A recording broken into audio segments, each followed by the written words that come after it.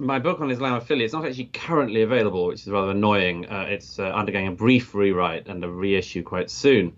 But I came up with the term Islamophilia because, really, first of all, I've become so bored of hearing what I think of as being its sort of opposite, the word Islamophobia, which had been around for so many years and meant so little, or at least what it did mean was so wrong and so irritatingly wrong.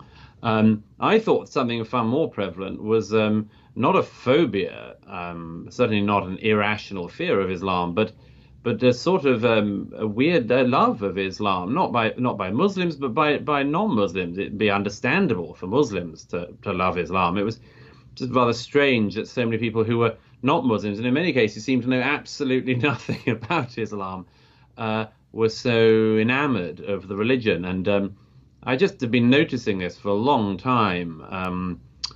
Everyone from actors and movie stars to prime ministers and presidents, who would be critical, and understandably and rightly critical, of any and all belief systems, should there need to be, but who, when it came to Islam, only talked in this sort of slathering of praise and adoration. I mean, I lost count of the numbers of politicians who started in the last 15 years quoting in speeches their favorite bits of the Quran.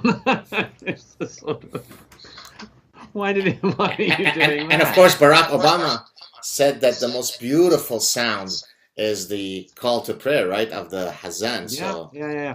There were so many cases of it, and to my mind, it seemed far more prevalent and obvious than, as I say, its opposite. So no, my favorite, personal favorite, is an exhibition called 1001 Islamic Inventions, which toured the science museums of the Western world, including America and Great Britain and other countries. And this exhibition basically advocated, it was totally anti-scientific, really. It was an act of proselytism by the Muslim Brotherhood, is how it started out.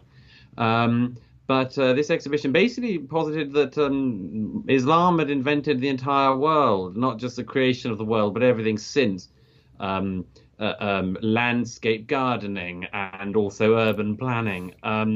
Almost all successes of science, cinema, and it did this amazing sort of Soviet style reverse engineering on history and indeed on facts, and because it was 1001 Islamic inventions, it passed muster. I mean, if anyone had tried to claim that any other religion had sort of been responsible for absolutely every scientific invention, then people would raise an eyebrow and certainly wouldn't hand over the Science Museum in the national capital to such a piece of casuistry. But on this occasion they did, and as I say, that's an example of Islamophilia right in front of you. I've actually been exposed to this type of thinking in my own scientific work, where someone, usually from that part of the world, or at least of that faith, will write to me to say, oh, but you know that Charles Darwin is not really the guy who should be most known for the theory of evolution, and then they'll cite some guy, and then through some unbelievably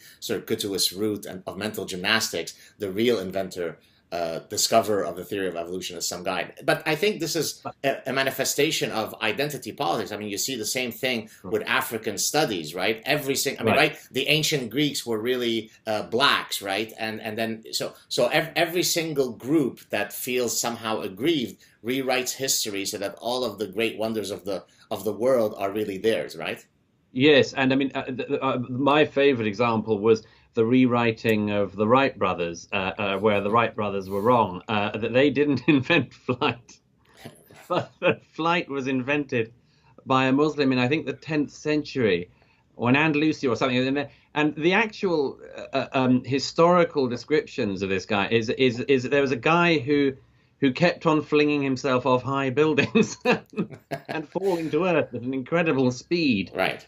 Or just jumping from any place and committing suicide becomes the invention of flight, right? Yeah, and it was really strange because they sort of attributed a man who just plummeted a lot. They attributed to him the gift of sort of the invention of flight. And as you say, I mean, the game is to come up with somebody so obscure that sort of everyone sort of baffled. And because we're all polite, Westerners, if anyone says that anyone else invented anything, we're like, well, sure, it sounds good. Who would I be to Right. produce any counter facts?